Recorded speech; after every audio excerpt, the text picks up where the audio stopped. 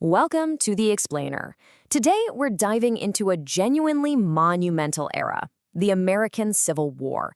This was a brutal, defining crucible that effectively destroyed an old system to forge an entirely new United States.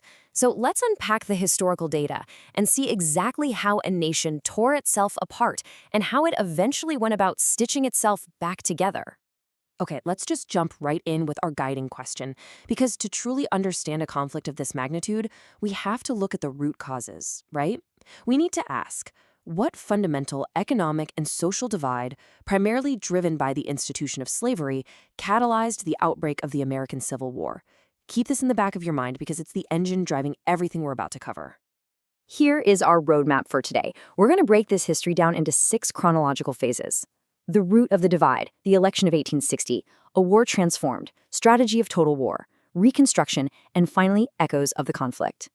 Let's start with Phase 1, the root of the divide, focusing on the decades of controversy. Decades before any actual shots were fired, peaceful political compromise had pretty much become impossible due to this deep ideological friction. On one side, you had the North, which featured a rapidly growing industrial economy and a rising abolitionist movement. And on the other, the South was fiercely reliant on an agrarian economy, specifically cotton production, that was entirely cultivated by enslaved labor. These two systems were just completely incompatible. Moving on to Phase 2, the election of 1860, which acted as the final spark. Now here's a fascinating puzzle for us to solve. How exactly did the election of a single man, Abraham Lincoln, in 1860, serve as the immediate catalyst for the secession of Southern states? Let's trace that direct cause and effect. When you look at the historical sources, you see a state of sheer political panic in the South. Lincoln, a Republican, opposed the expansion of slavery into new territories. Southern leaders feared this was basically step 1 toward the institution's total extinction. Driven by this existential threat to their economic foundation, 7 slave states in the Deep South declared their secession in direct response. And you have to notice the rapid, unstoppable momentum toward conflict here.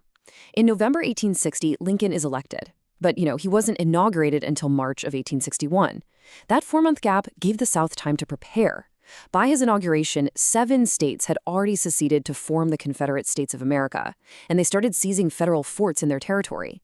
Then just a few weeks later, on April 12, 1861, the Confederacy bombarded Fort Sumter in South Carolina. And just like that, the war had officially begun. That brings us to Phase 3, a war transformed into a moral crusade. In its early stages, this was a struggle simply to preserve the Union. But look at the staggering scale of how things changed. On January 1, 1863, President Lincoln issued the Emancipation Proclamation, declaring over 3.5 million enslaved people in rebel states to be free. This explicitly made the abolition of slavery a primary Union war goal. Plus, the strategic inclusion and the immense bravery of African American soldiers moving forward significantly strengthened the Union war effort and fundamentally challenged the prevailing racial barriers of the time. As the moral focus of the war shifted, so did the battlefield strategy. So, we really need to ask, in what ways did the simultaneous Union victories at Gettysburg and Vicksburg in the summer of 1863 completely shift the military momentum? Well, in July 1863, Confederate strategy was absolutely crippled on 2 separate fronts at the exact same time. Over in the West, Ulysses S. Grant's successful siege of Vicksburg gave the Union complete control of the Mississippi River, which literally split the Confederacy in 2. Meanwhile, in the East, General Robert E. Lee's major invasion into the North was definitively halted at Gettysburg. These twin victories permanently turned the tide in favor of the Union. Phase 4, strategy of total war, the effort to break the rebellion. Moving into 1864, Lincoln promotes Ulysses S. Grant to command all Union armies, which introduces a brutal new phase of combat known as total war. Now, this wasn't about indiscriminately targeting civilians. It was a highly calculated military effort aimed at injuring the Confederacy's capacity to produce and transport supplies. The ultimate goal was the utter destruction of the Southern economic base. To really wrap our heads around this, we should anchor that definition to a specific historical example. How did total war strategies, specifically General William Tecumseh Sherman's March to the Sea, redefine military engagement and impact civilian infrastructure? General Sherman did something pretty wild here. He left Atlanta entirely without a supply base, marching toward Savannah completely unmoored from traditional supply lines. To survive, and to simultaneously break the Southern economy, his army seized provisions and literally ripped up railroads, heating the rails and twisting them around trees into what they called Sherman's neckties. They laid waste to an estimated 20% of all farms in Georgia. And remarkably, as they were dismantling the infrastructure of slavery, Sherman's army was actually followed to the sea by thousands of newly freed slaves. Now, the sheer scale of destruction across 4 years of conflict is incredibly difficult to comprehend. The best historical estimates for the total number of dead in the American Civil War range from roughly 616,000 to well over 1 million people. That's a staggering figure. It includes over 100,000 killed in action, hundreds of thousands dying from disease in camps and prisons, 50,000 free civilians, and tens of thousands of enslaved people. It is a profound, somber human cost that permanently scarred the American landscape.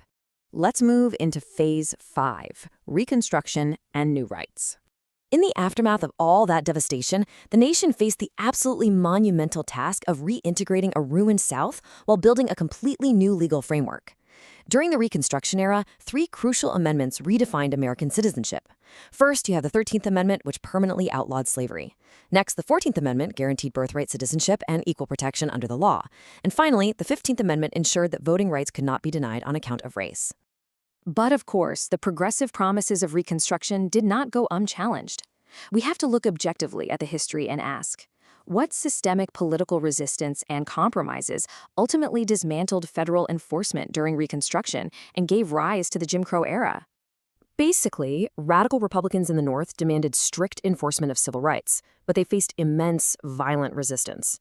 This ultimately culminated in the Compromise of 1877, which was a political agreement that resulted in the complete withdrawal of federal troops from the South. With federal protection gone, white men systematically retook control of Southern legislatures. This effectively ended Reconstruction and ushered right in the Jim Crow era, decades defined by systemic disenfranchisement and legal segregation. Finally, Phase 6, Echoes of the Conflict, looking at a modern legacy. The war might have ended in 1865, but its legacy is entirely modern. How we remember the war continues to evolve. We see this in the emergence of the lost cause mythology in the post-war South, which was a very specific, romanticized interpretation of the conflict's origins. We see it in the massive ongoing efforts by organizations like the Civil War Trust to preserve the actual physical ground where soldiers fought. And we see it in our continuous modern debates over commemoration, public monuments, and how we choose to represent this history. I'll leave you with this final, provocative thought. The Civil War was a crucible that tested the absolute structural integrity of American democracy. So, ask yourself, how do modern historical interpretations of this conflict continue to influence our contemporary discussions regarding memory, our public monuments, and our civic identity today? The history of the Civil War isn't just in the past. It's a living legacy that still shapes the pursuit of equality right now. Thank you so much for joining me for this explainer, and keep asking great questions.